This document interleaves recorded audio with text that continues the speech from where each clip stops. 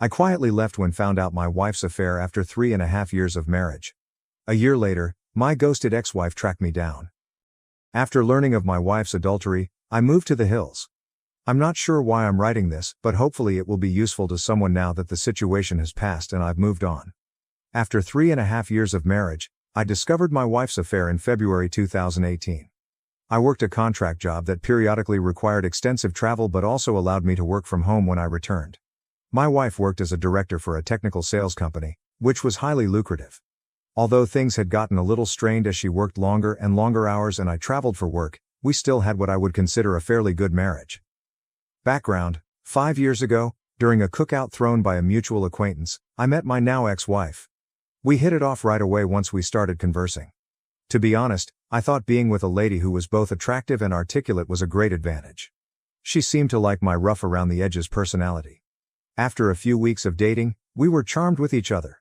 When we met at each other's apartments, the clothing just flew off. After 18 months of dating, we married and moved into a spacious apartment while saving for a down payment on a house. Things began to shift after the first 3 years of marriage. Even though I still had affection for her, I noticed that she argued over minor issues. When I mentioned all the late hours and increasingly frequent work outings, she became enraged. Since she was climbing up the corporate ladder, she would explain that it was a necessary component of paying the dues, or so she thought. She told me that since I was also gone for weeks at a time, I had no right to challenge her.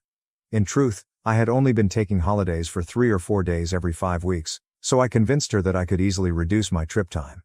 There was no conclusion to these exceedingly circular arguments. Looking back, I realize I was completely oblivious that my wife was having an affair. Aside from our diminishing sexual relationship and her consistent late work hours, I would never have guessed anything. I just figured she was exhausted from her job. But being rejected so frequently when I attempted to initiate a sexual relationship had taken a toll on my ego. Although she had a business phone and may have been using it, I did not see the covert texting that I had read about in other publications. She used our spare bedroom as a home office and spent a lot of time in it. Kathy began returning home after work in September 2017 and instead spent the evening at a work engagement. This rose from 1 night per week to more than 3 evenings each week. Although I'm not inherently envious, she would surely be seen by others, and I'm aware that she would have to avoid some of the males at her workplace. Despite working with more male CEOs than female CEOs, she gave the impression that she was solely interested in her profession. The first time I believe she was cheating was a month before D-Day. She had stopped at the store before returning home. I was asked to help her with the food shopping. As I was getting some belongings from the back seat, I noticed something pink glinting just beneath the front passenger seat of her car. It was my wife's bra. She preferred ones from a specific clothes store, so I knew they were hers. Looking back, I see the bra was a warning sign. When she's feeling particularly amorous, she always takes off her bra first, from underneath her clothes.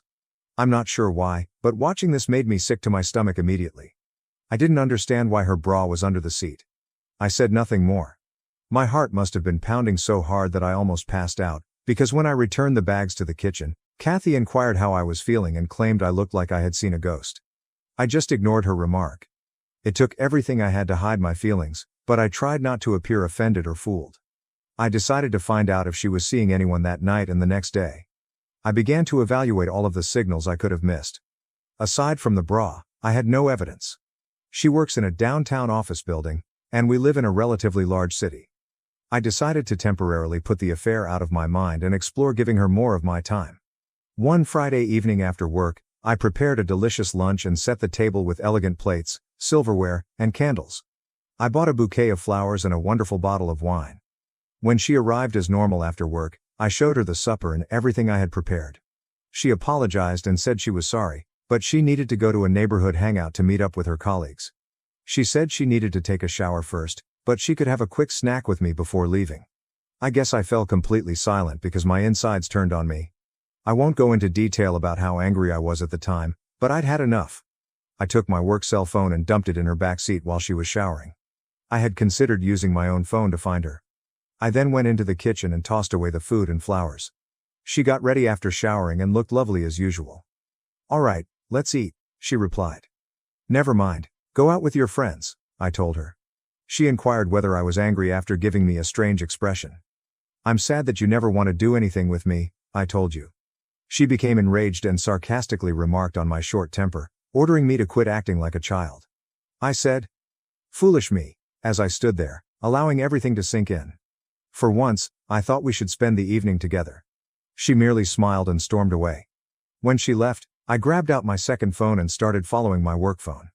I caught her stopping about 20 minutes away, at the bar where she frequently meets with her coworkers.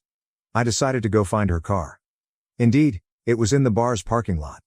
I waited to see if I could spot her in my car across the street. I felt radically different, like a stalker, but I told myself that I needed to alleviate my anxiety about her location. I saw her leaving the bar with a man approximately an hour after I arrived. He looked like an executive from her company. He grabbed her, dragged her closer, and planted a kiss on her lips.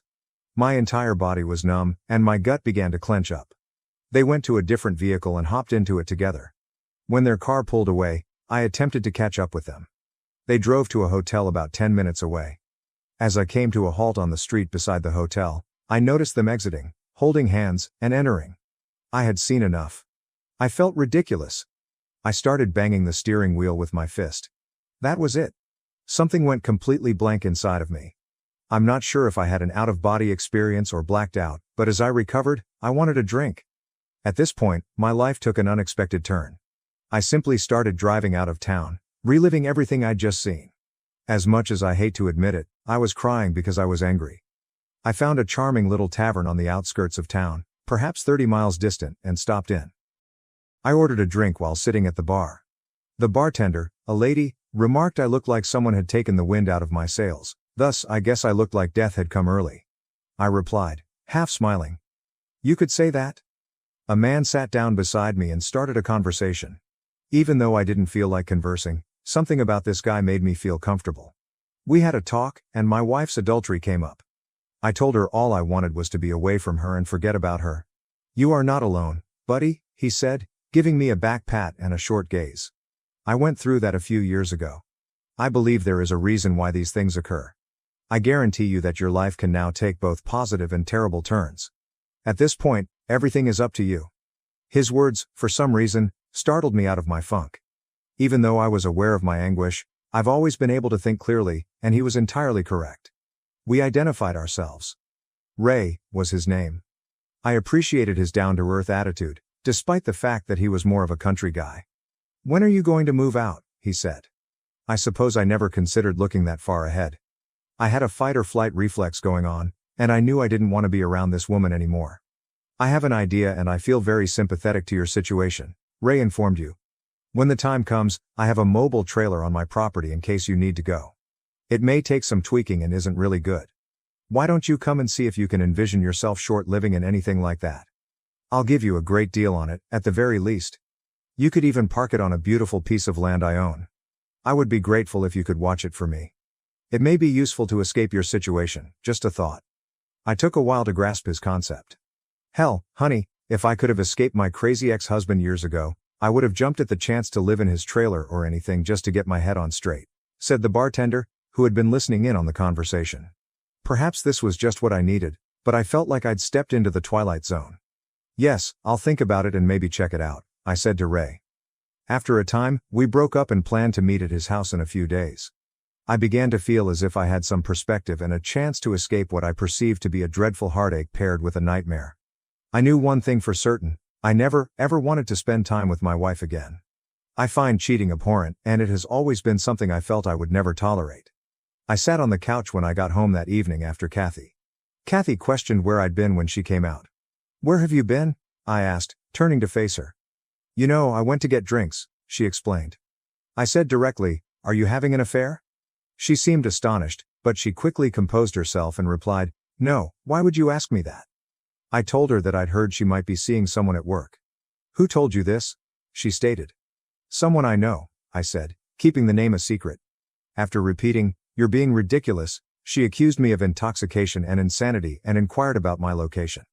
"We're going to a bar to enjoy some drinks with our friends," I said. Despite her obvious desire to ask more questions, she returned to our bedroom and retired to bed.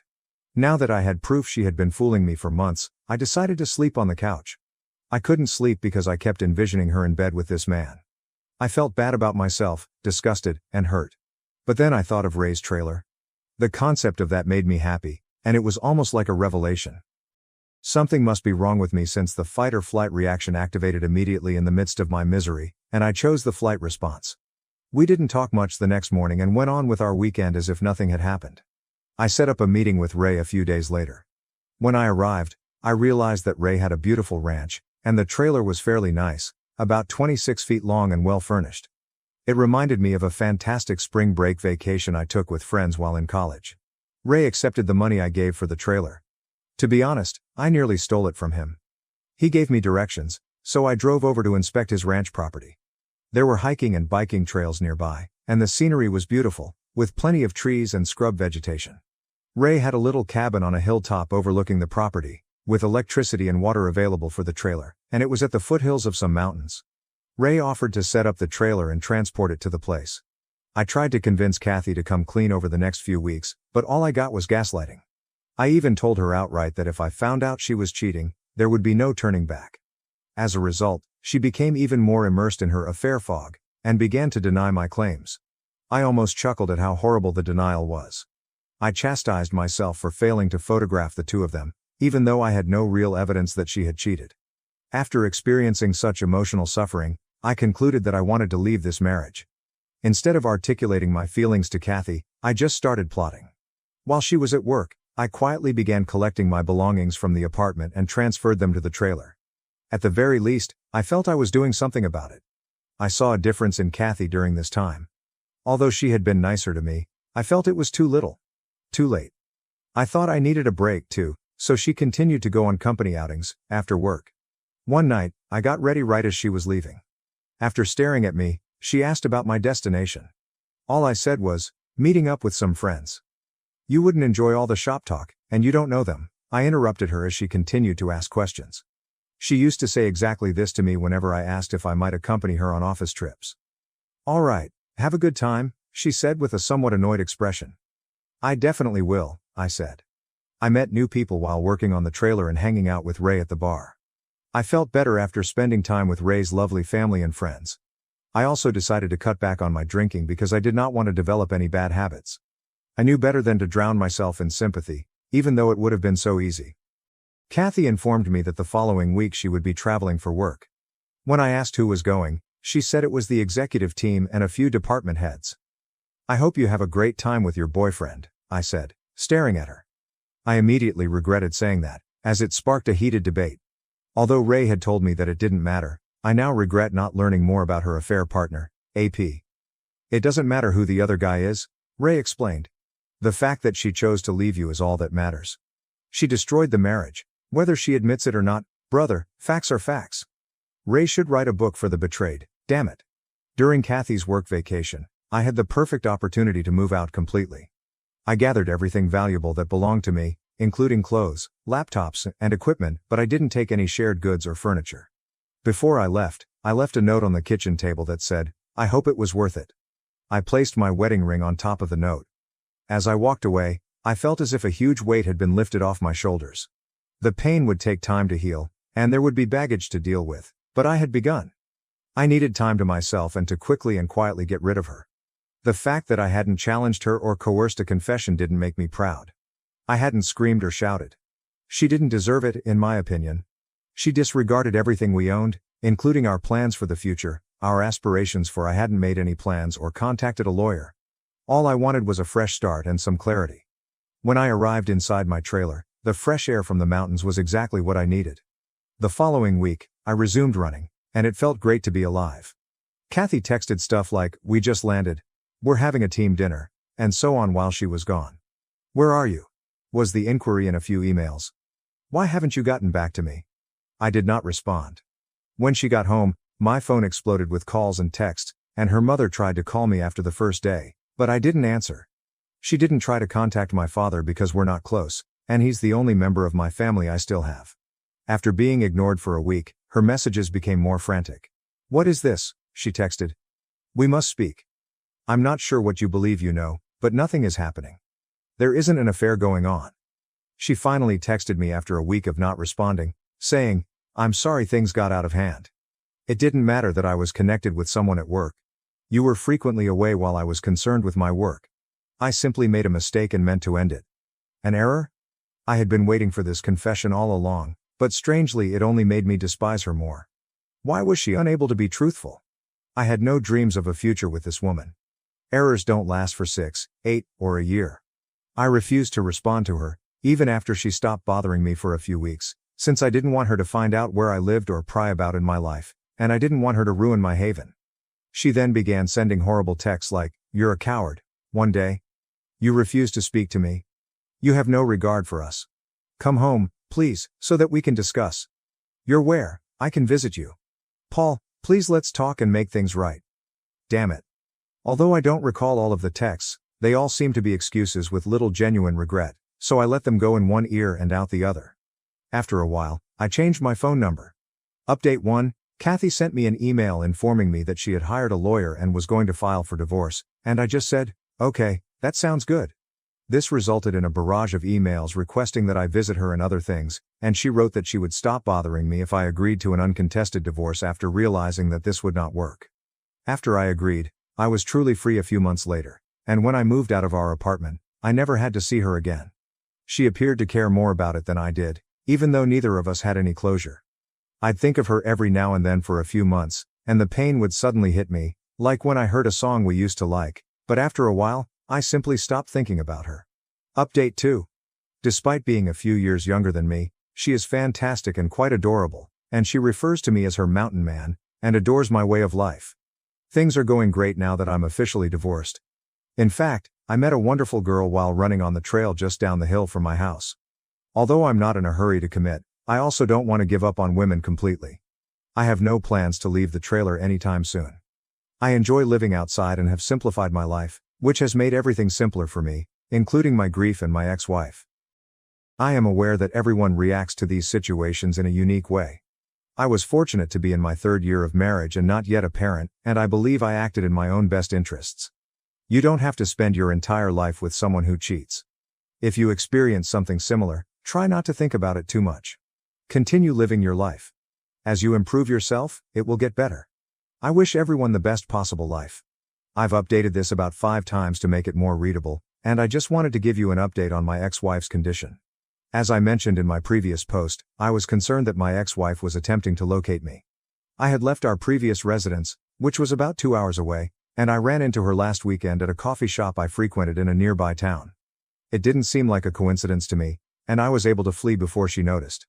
Update 3. I drove into town this past weekend to grab groceries and made a stop at my usual coffee shop. I was using their free internet to work on some paperwork for work, which I finished and walked out of. I was on my way to my pickup when I heard someone call out, "Paul." When I turned to look across the street, I noticed Kathy waving at me. Finally, Armageddon arrived. She raced across the street toward me, and I stood there in shock.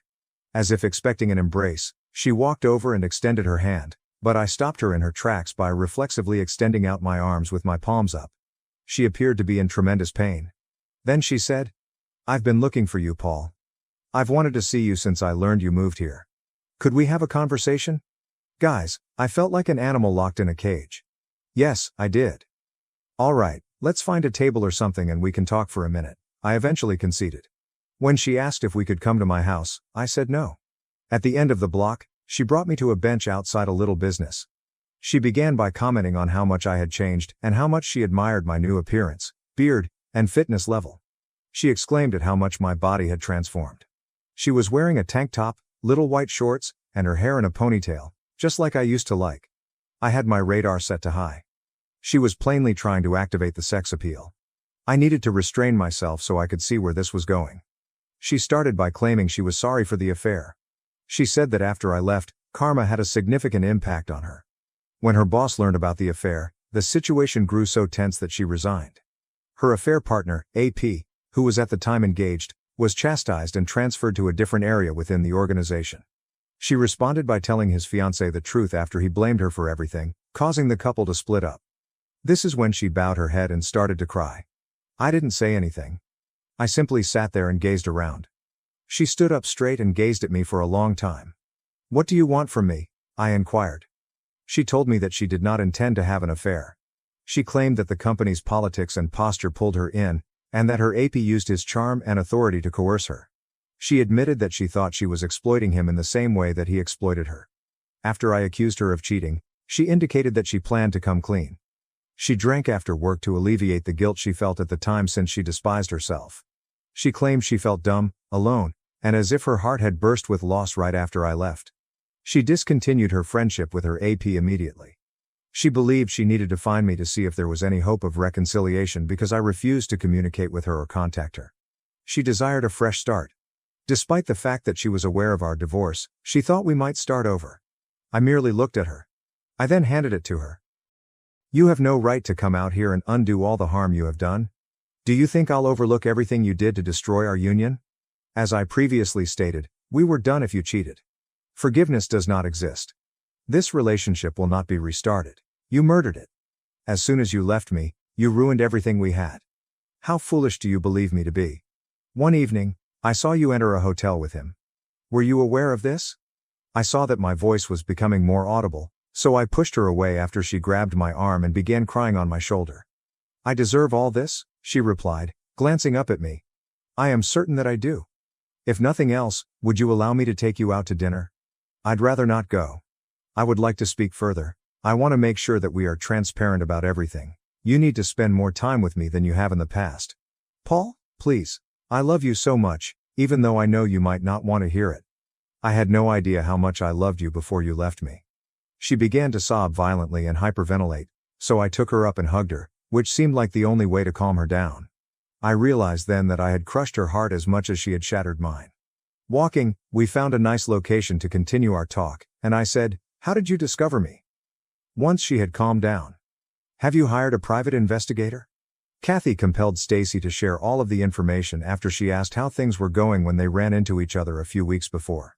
Stacy didn't indicate that she had noticed me, so she responded with a tiny laugh.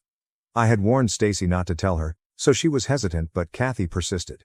Stacy eventually gave in, but all she knew was that I lived nearby and was in town. On her days off, she began to come here to check on me.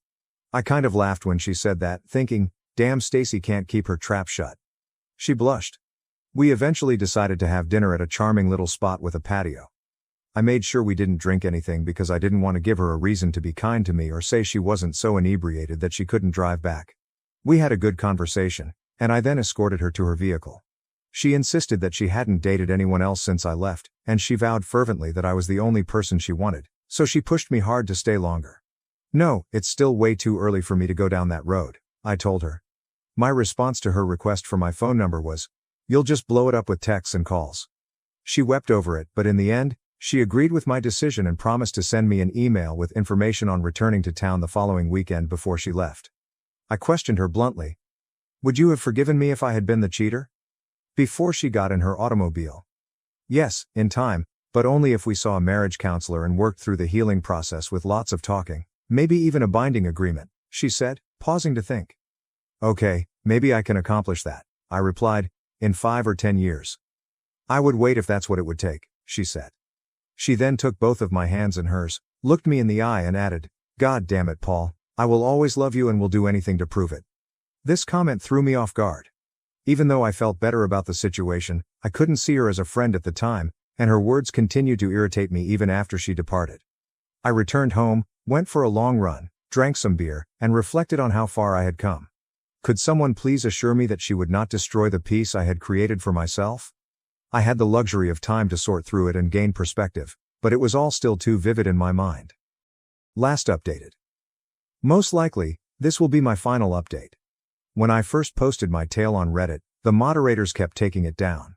In summary, I ghosted my ex-wife for nearly a year before she discovered me. She wanted to make amends and restart our relationship. You will be very disappointed if you expected me to be the typical beta blue pill fool, and forgive her. In a lengthy email she sent me last week, she conveyed her love and regret for the affair, and she offered to come out and stay with me for the weekend again. My response was to quiet her. I informed her that I had no plans to make amends with her.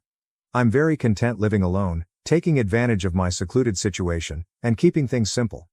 At 32, I'm not in a hurry to make changes. I have my own self-determination plan and have enjoyed the company of a few women and friends.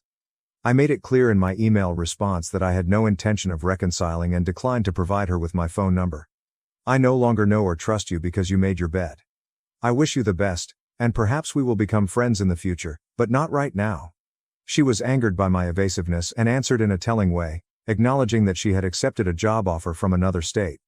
Her genuine desire had been for me to accompany her, assuming that my remote work would make the move easier. She wished we could start over somewhere fresh. She wanted to come see me in person to try to persuade me because she was running out of time before moving. Fortunately for me, her time was up because I had a week of business travel planned. I am grateful. I will no longer have her in my life. She will quickly realize that her time with me is gone, but I expect to receive a few more emails. She will need to find someone else, and she may even cheat on them. To everybody reading this, make the most of your life, let go of the past, and find the strength to move forward. Best wishes to everyone. Dad cheated while Mom was dying. Say a few words, son, he said at his wedding toast. I did, and burned his fairy tale to the ground. He called me a disgrace, so I raised my glass and told the truth. By the time I finished, his best man dropped his drink, and the bride screamed. The mess began at that moment. My father labeled me a shame for failing to toast his new bride during the wedding. I got up, held out my glass, and stated, "Here's to the woman who was sleeping with my dad while Mom was dying." His best man's champagne fell to the floor. His bride let out a shriek. The priest left after what transpired. Laughter, clinking glasses, and the hum of an expensive live band playing a gentle love tune filled the ballroom of the Fairmont Hotel in downtown Chicago. Everything about the scene was tastefully done: golden candlesticks, white floral centerpieces, and cleanly folded linen napkins next to plates that likely cost more than my rent. This wedding screamed money in every way. It was ostentatious, absurd, and, to be honest, offensive. My dish was practically untouched, and my whiskey glass was half empty when I sat at a round table close to the front. Stephanie, my sister, sat next to me, picking nervously at the navy blue dress cloth. Quietly, "You okay?" she inquired. I let out a breath through my nose. Peachy. The man of the hour, our father Richard Holloway, was standing close to the dance floor, grinning as if he hadn't set our family on fire, and her eyes shot to him. He wrapped his hand firmly around the waist of his new bride, Veronica, who had been his wife for a long time before my mother died. I gripped my glass more tightly. This isn't where I should be. I didn't plan on attending. I had thrown the thick, gorgeous, gold-embossed cardboard invitation straight into the garbage when it came. I made no hesitation at all. Then I got a call from Stephanie. "Alex, please," she had pleaded in a broken voice over the phone. "I know you hate him. I do too. But I can't do this alone."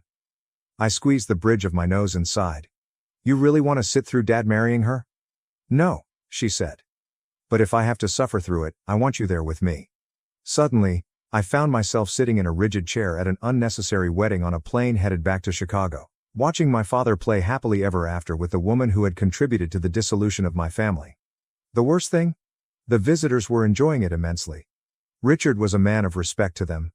A well-known attorney. A loving father.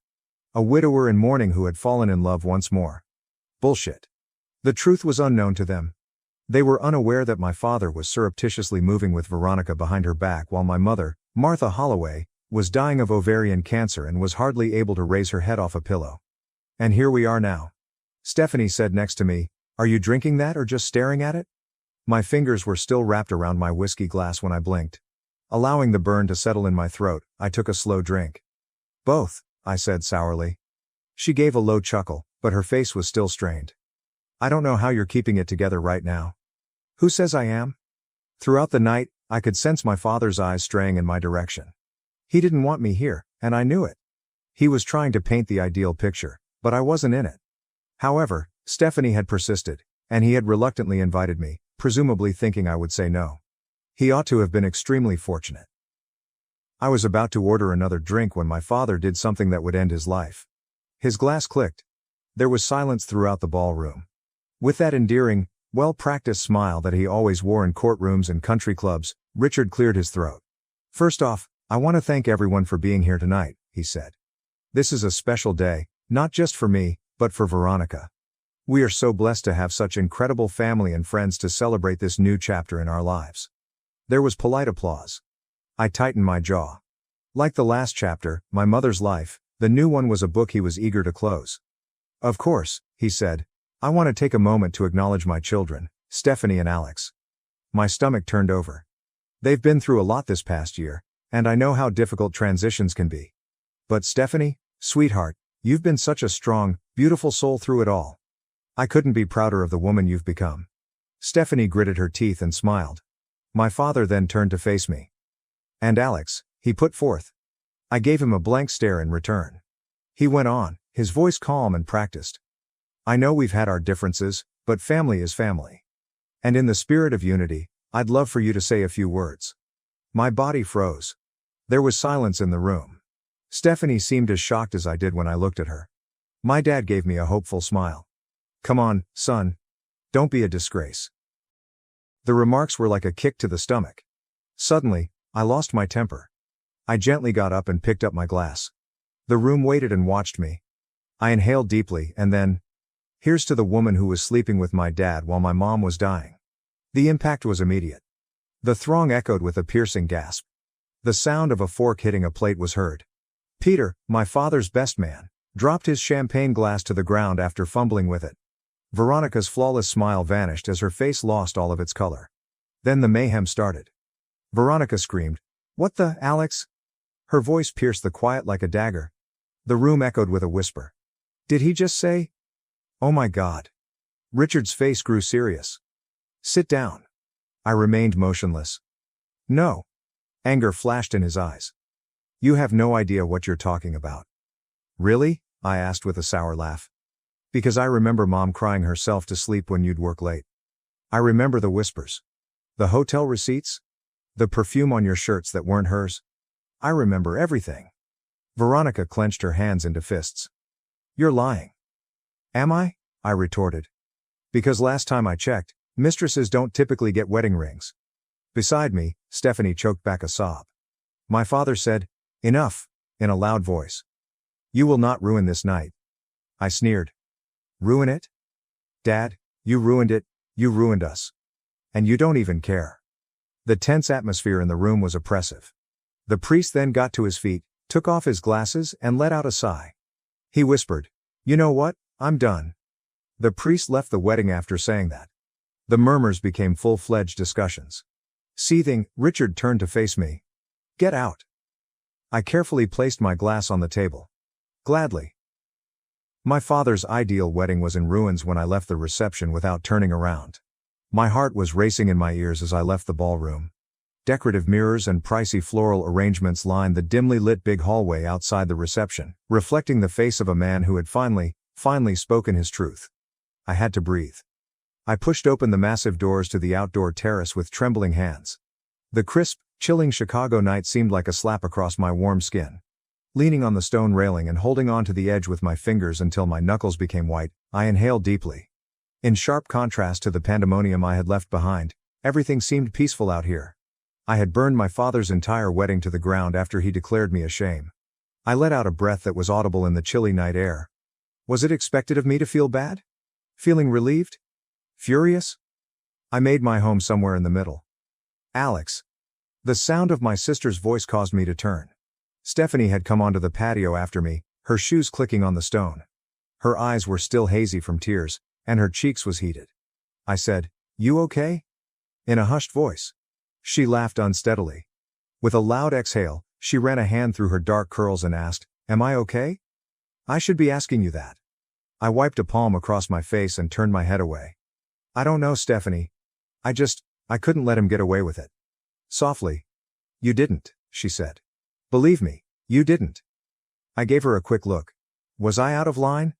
She gave a snort. Out of line?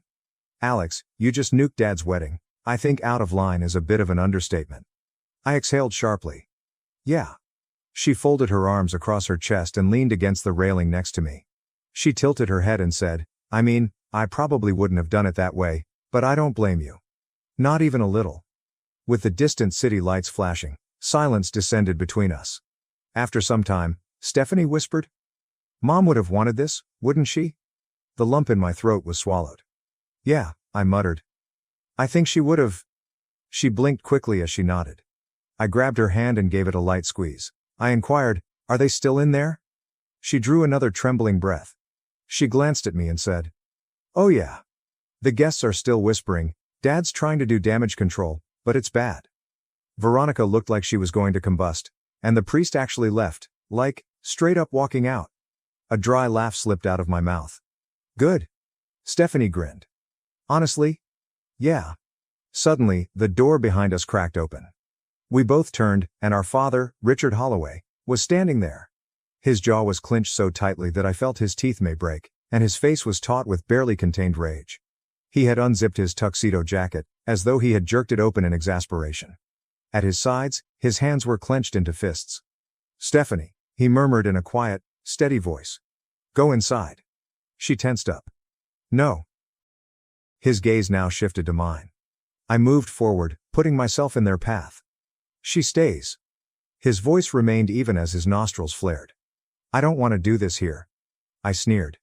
Then I pointed to the ballroom and said, Oh, now you care about appearances? Pretty sure that ship sailed when you called me a disgrace in front of 200 people.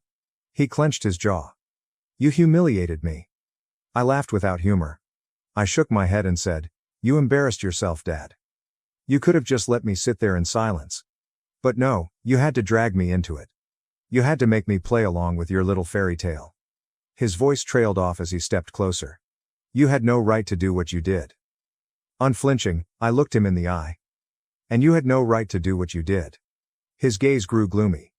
You don't understand. I abruptly interrupted him, saying, Don't you dare try to justify it. I was there, Dad. I saw what it did to her. I saw Mom waste away in that hospital bed while you were off with her. Beside me, Stephanie took a short breath, but she didn't say anything. Slowly, as though attempting to regain control, Richard let out his breath. You don't know what my marriage with your mother was like. My blood became frigid. Excuse me? His face grew stern. Alex, it wasn't flawless. He halted, shaking his head. There were problems long before Veronica. I gaped at him in shock. I erupted in rage and said, You don't get to do that? You don't get to rewrite history just to make yourself feel better. She loved you. She trusted you.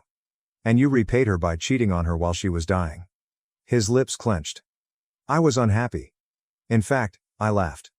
You were unhappy? I asked, reaching out. Do you have any idea how much pain Mom was in? How she clung to the hope that maybe, you still loved her? And you were, what, bored? Richard's expression grew gloomy. Watch it. No, I yelled. You watch yourself. Because I am done letting you pretend you're some kind of victim here. You made a choice, Dad. You chose Veronica over Mom. Over us. Quiet. For the first time in my life, I noticed something that nearly looked like guilt on my father's face.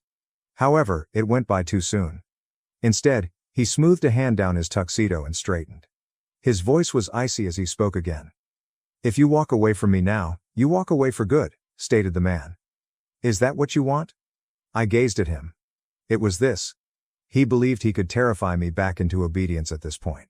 He didn't comprehend though, because I had already lost my mother. I wasn't afraid of losing him at all. I squared my shoulders and looked him in the eyes with a certain assurance. Yes, that's exactly what I want, I answered steadily. If that's what it takes. Beside me, Stephanie quietly gasped, but she made no attempt to stop me. Richard's face remained unchanged. If anything, his face was hidden behind an unreadable mask as his jaw just tensed. Then don't come crawling back when you regret it, he added. I shook my head and let out a breath. I won't. After saying that I turned and left.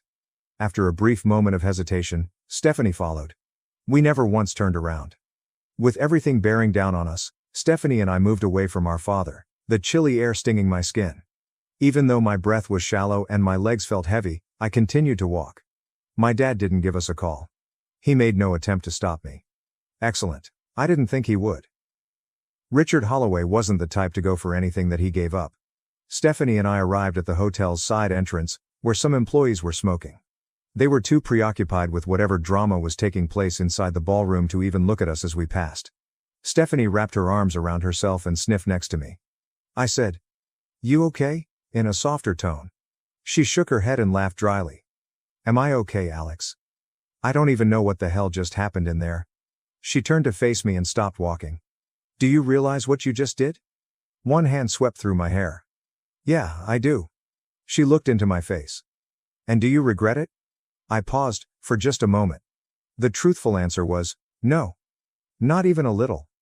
Stephanie nodded, letting out a trembling breath. Yeah, she said quietly. Me neither. The noises of distant traffic filled the silence between us as we stood there. Then Stephanie laughed once more, a genuine laugh, a gasping and somewhat incredulous laugh. Jesus Christ, Alex. The priest walked out. In spite of myself, I grinned. Yeah, that was something.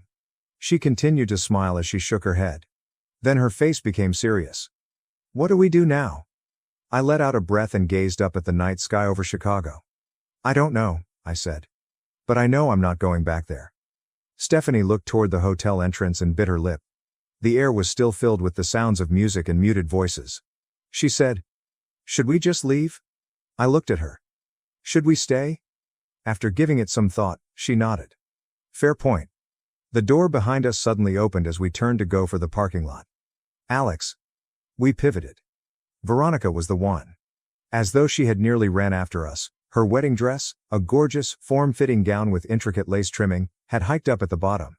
Her face was contorted with anger, her makeup was flawless, and her blonde locks were now slightly frizzed. Stephanie groaned softly. Oh, for fuck's sake. With her heels clicking fiercely against the pavement, Veronica charged in our direction. She pushed a manicured finger into my chest as she stopped. Herzing. You ruined my wedding. I cocked my head. Did I? Or did you ruin your own life when you decided to screw a married man? Her eyes were blazing. You arrogant little... Careful, I said. Wouldn't want a guest to hear the blushing bride throwing a tantrum. She stomped her foot. Really? You think this is funny? You think humiliating us in front of everyone was some kind of win for you? I folded my arms. I think it was the truth. Something neither of you seemed to be familiar with. Her nose wrinkled. You selfish little crap. Beside me, Stephanie took a sharp inhale. Whoa. Veronica stepped forward. Your father gave you everything. He built a life for you. And this is how you repay him? I exhaled slowly and deliberately. You want to talk about repayment, Veronica? My mother spent 25 years loving a man who betrayed her while she was fighting for her life. And you? I motioned at her. You were part of it. You don't get to stand here in your stolen wedding dress and play the victim. She opened and shut her mouth, but nothing came out. Stephanie uttered a silent, damn. Veronica bounced back fast. Your father doesn't deserve this. He's been through enough. Something inside of me snapped. He's been through enough?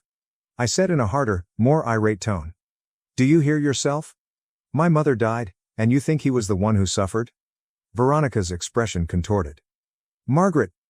Don't say her name, I abruptly interrupted. She paused. I lowered my voice and stepped forward. You don't get to pretend you cared about her.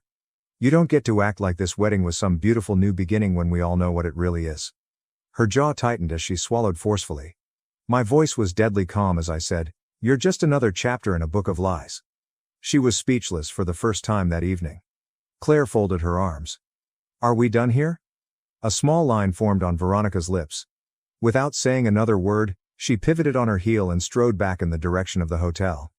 Wow, mumbled Claire. That was dramatic. I breathed out slowly. Yeah, I'm exhausted. She gave me a look.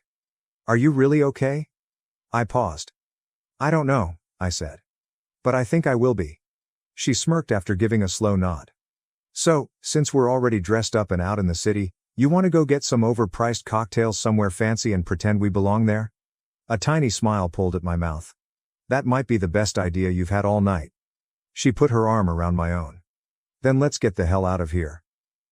After that, we left the ruins of my father's wedding behind and left the Fairmont Hotel. I felt free for the first time in a long time. As Stephanie and I strolled along the busy Chicago street, the bustle of the city surrounded us. I relished the bracing cold air since I needed any chance to get my mind clean. Stephanie put her arm through mine and asked, Are you really going to be okay? I breathed out slowly. I think so. You? She gave a shrug. Honestly, I thought I'd feel guilty. I thought I'd be panicking about how we just set Dad's life on fire. However, she trailed off before smiling. I feel amazing. I laughed with a sigh. Good. We finally arrived at a cocktail bar in River North, a classy lounge populated by individuals who appeared to have been featured on magazine covers. We really didn't belong there, but Claire persisted, and I reasoned that we should have something upscale after everything we had just been through.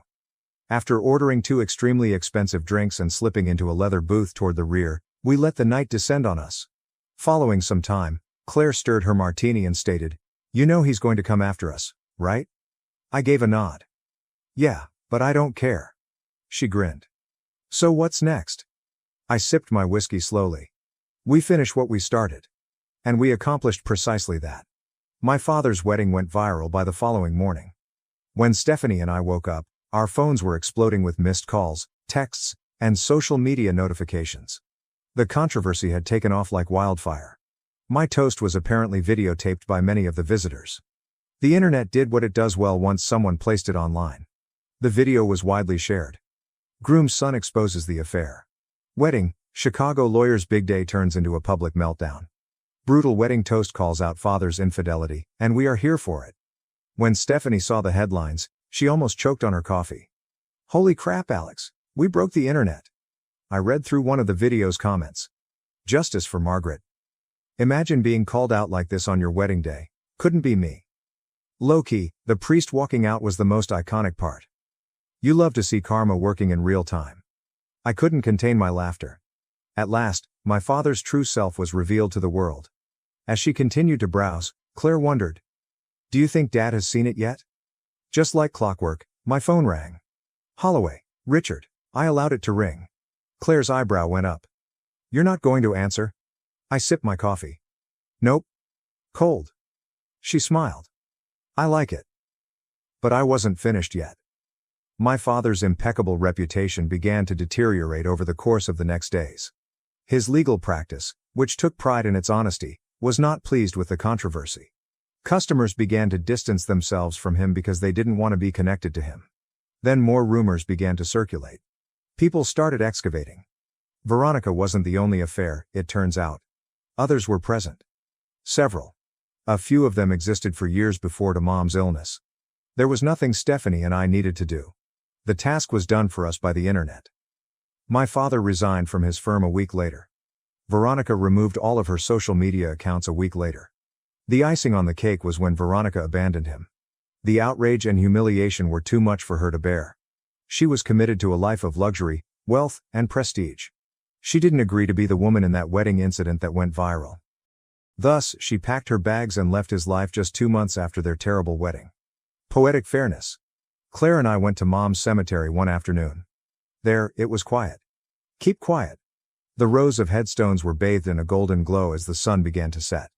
I brushed away some fallen leaves and set a bouquet of fresh lilies next to her headstone. "Hey, Mom," I whispered. "You won't believe what we did?" Claire, who was kneeling next to me, laughed quietly. "You would have loved it?" As I gazed at her name etched in stone, I exhaled. I felt like I could breathe for the first time in a long time. As if we had at last provided her with the justice she was never able to receive while she was alive. I have no regrets at all. Richard Holloway made one attempt. A voicemail, half-hearted and pitiful. "Alex, I know things got out of hand, but you're still my son, we should talk." I didn't listen to the others before deleting it. I moved on with Stephanie. What about my dad? He was living alone in a condo downtown when I last heard from him. His reputation has been destroyed. His career is deteriorating, and to be honest, I couldn't have imagined a more pleasurable form of retaliation. I was free for the first time in my life. And it was sufficient. Thanks for watching and sticking around till the end. If you enjoyed these stories, make sure to subscribe and hit the bell so you don't miss the next drama-filled episode. My twin slept with my girlfriend got me kicked out at 17. Now my family wants me back. Because I'm in Granddad's will. After 8 years of being abandoned, my family has welcomed me, my wife, 27 females, and my daughter, 1 female, to celebrate Christmas. After receiving contradictory advice from my pals, one of them advised me to publish my predicament here and see what random internet strangers would say. My mother, 52 female, and father, 54 male, have 4 children, and I, 25 male, am the youngest. My siblings are, false names, Michael, 31 male, Sarah, 28 female, and my twin brother Casey, 25 male. Growing up, I was the family's black sheep, and I was aware of this from an early age. My family is full of athletes. My father was a fantastic basketball player at a D2 school. My mother played volleyball. Michael played soccer. Sarah played softball. And Casey was a star running back on the football team. I was never particularly interested in any of those physical sports. preferring archery, which my family referred to as a wimpy sport. My parents were always more concerned with my siblings and rarely attended my events, to the point where I had to beg them to attend my tournaments. Between the ages of 14 and 16, I participated in around 20 tournaments, while my parents only attended one. They never neglected me, but they were never emotionally available to me in the same way that my siblings were. As a teenager, I despised that.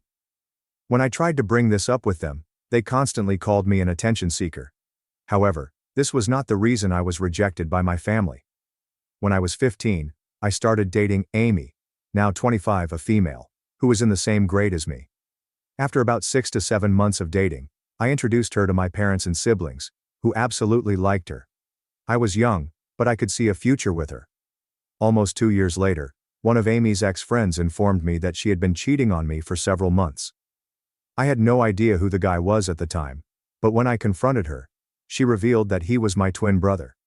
She basically told me that she loved me at first, but her love for my brother outweighed that. Later that day, when I confronted Casey at home, I became upset and sucker punched him, knocking him out. I realized that I shouldn't have gotten aggressive, but years of hatred toward him and the rest of the family just erupted.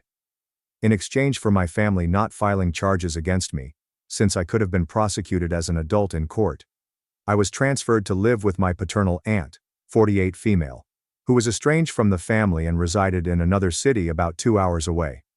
Since then, I've had no interaction with them. It was difficult at first, but with the help of my aunt and her husband, 48 male, I eventually went past my desire for a relationship with them. I transferred to a different high school, attended a university in my aunt's hometown, and graduated as an electrical engineer. I later met my wife and married her. I considered inviting them to my wedding, but decided against it because I didn't want any controversy. From there, my wife and I bought a house an hour away from my aunt and had a daughter a year ago. My mother and father sent me a Facebook message about a week ago, saying they wanted to reunite over Christmas at their place. I told them that I would think about it, that I could have other plans, but that I would get back to them as soon as possible.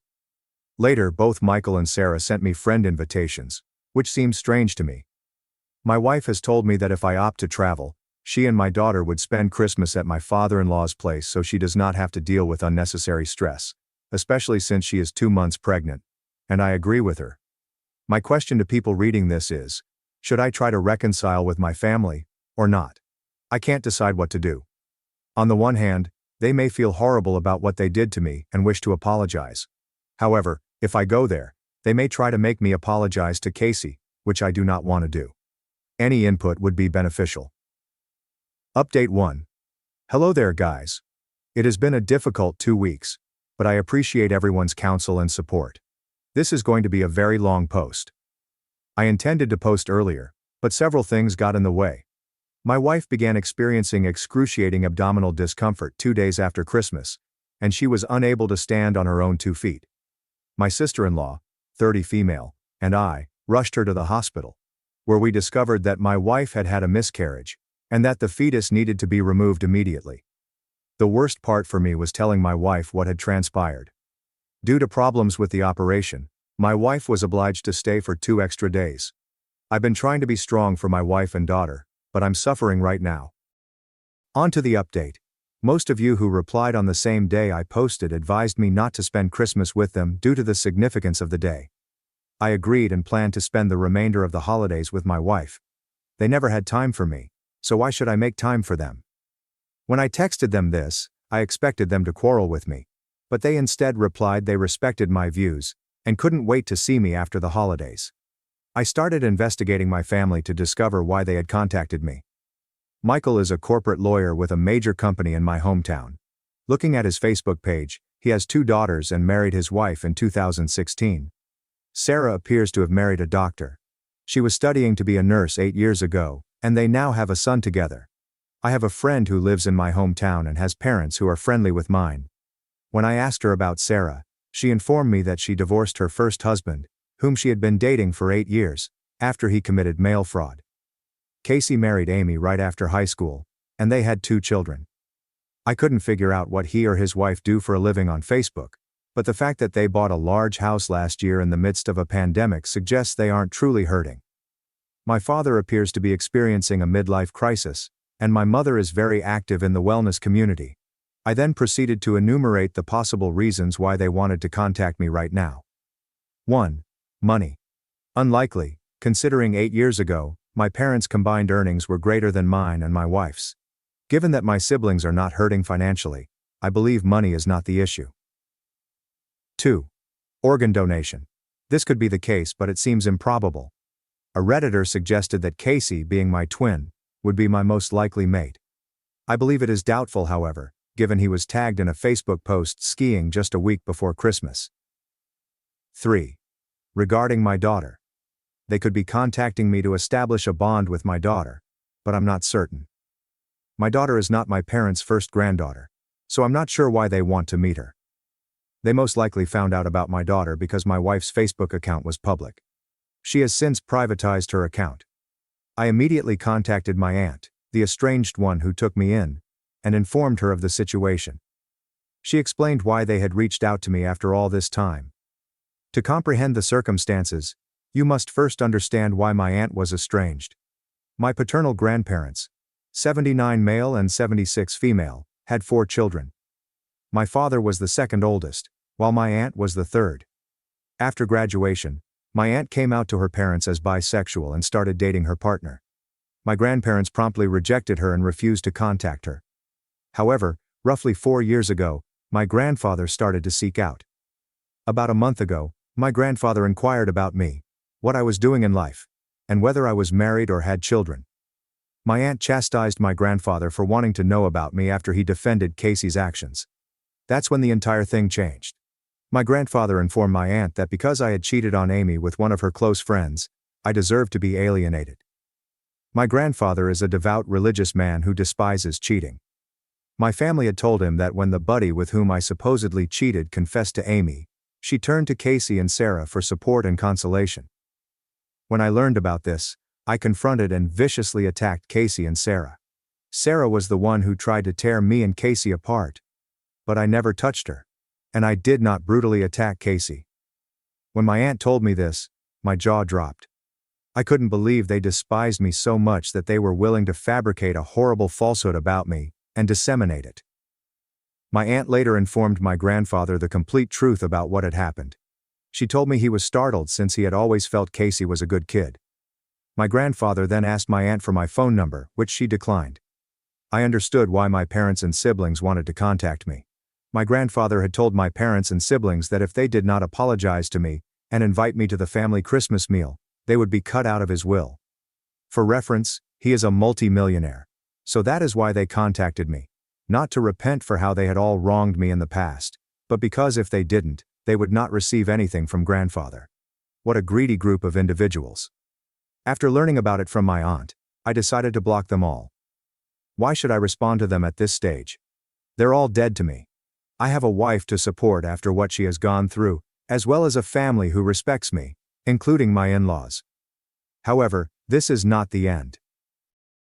3 days after New Year's Eve, I got a call from an unknown number on my work phone. Because of my job, I am accustomed to receiving calls from unknown numbers, and when I answered the phone, I heard my grandfather's voice. He most certainly got my number from my company's website. He apologized for not contacting me for the past 8 years. He apologized for being unable to attend significant events like my graduation, wedding, and daughter's birth. I wasn't really close to him previously, so his cutting me off didn't hurt me. Later in the call, he informed me that he was so upset with the rest of my family that he was removing them from his will and adding me to it. I honestly don't know how to feel about it. The money would be helpful, but I don't want him to use it to force a relationship with my kid. We talked for nearly a half hour. The way the call went made me believe that I could develop a good relationship with my grandfather. But then he said something that truly pissed me off. He expressed disappointment that my daughter had not taken the family name. For context, once I married my wife, the question of what last name to use as a pair arose. For legal reasons, I was unable to change my last name to my wife's last name. But we agreed as a couple that all of our future children would have her surname. At this time, I unloaded on my grandfather. I called him a senile old guy and other harsh things, and I told him never to contact me again.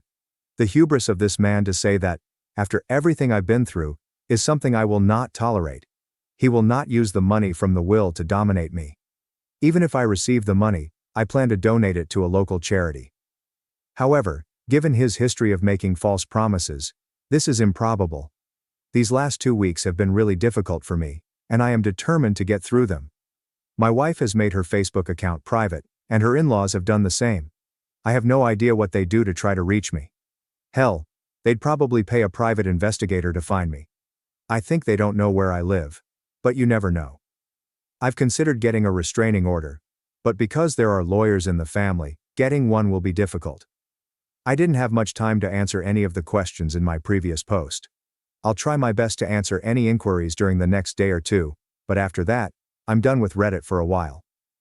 Thank you all for your suggestions, and best wishes for the new year.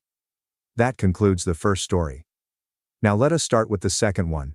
My ex-girlfriend abandoned me and our daughter for another guy 10 years ago, but she's returned, eager to be a family again after contracting COVID and realizing she has no one left in her life. My narrative began 16 years ago, when I met Lucy.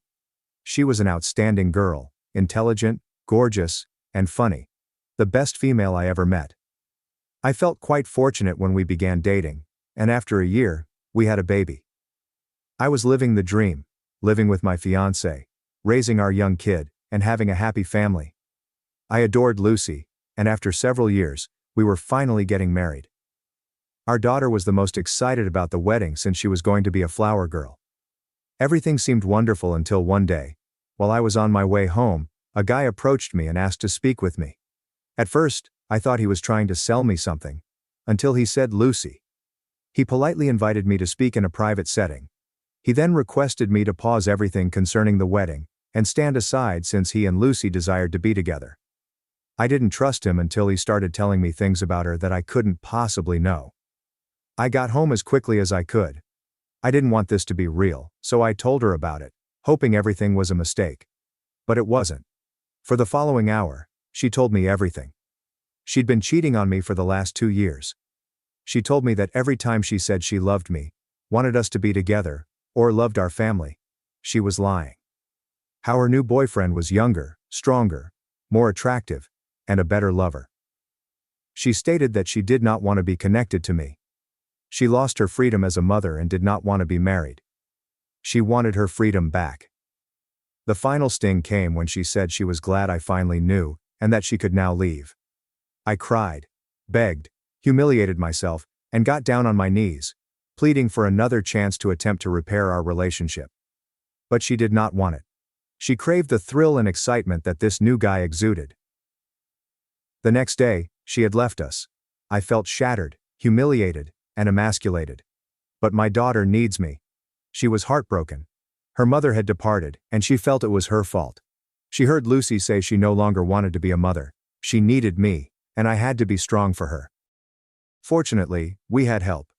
My family, as well as Lucy's family, were quite supportive. Her parents were so ashamed of their daughter's behavior that they couldn't approach me without apologizing for everything she did. I will never be able to repay everyone for their assistance. Fast forward 10 years, and after much time and therapy, my daughter and I are happy. She is the light of my life, a stunning 15-year-old lady whom I adore. Our wounds have healed, and we enjoy a really pleasant existence. But then she returned. When my daughter and I returned home, Lucy was waiting for us outside our apartment, eager to talk. I recognized her right away, and I'd like to say I did something great, like ignore her, ask her to leave, or be rude to her, but no. I am an idiot. My heart skipped a beat as soon as I saw her.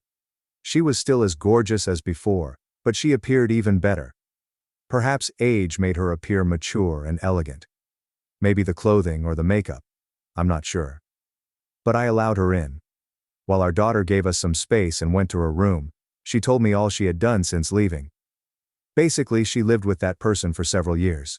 She expressed how much she appreciated it, how much fun she had, and how she thought those were the best years of her life.